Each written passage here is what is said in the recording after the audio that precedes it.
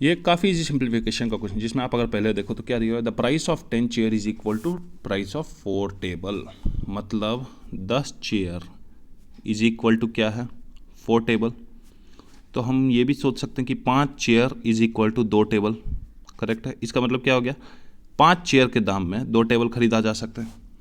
अब next part का question में आते हैं, तो उसमें दिया हुआ है 15 चेयर और 2 टेबल का दाम, 15 चेयर और 2 टेबल का दाम कितना है, 4,000 रुपये। और हमने पहला इक्वेशन पहले ही देख लिया है, 2 टेबल का दाम 5 चेयर के बराबर है। तो हम क्या ये 2 टेबल को रिप्लेस कर सकते हैं 5 चेयर से? सही बात। सो यहाँ 15 + 5 क्या होगा, 20 चेयर का दाम क्या हो गया अपने पास, 4,000 हो गया। तो अब चेयर का दाम कितना होगा, एक चेयर का दाम होगा 200 रुपये। सही बात, 200 रुपये। एक चेयर का दाम 200 अगर हो गया तो टेबल का दाम कितना होगा, इसको आप बस इसमें इक्वेट कीजिएगा तो आपके पास टेबल का दाम आ जाएगा 500। Table equal to 500। करेक्ट।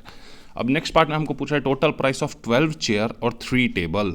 मतलब 12 इंटू क्या, 200, 2400 रुपये, 2400 रुपये।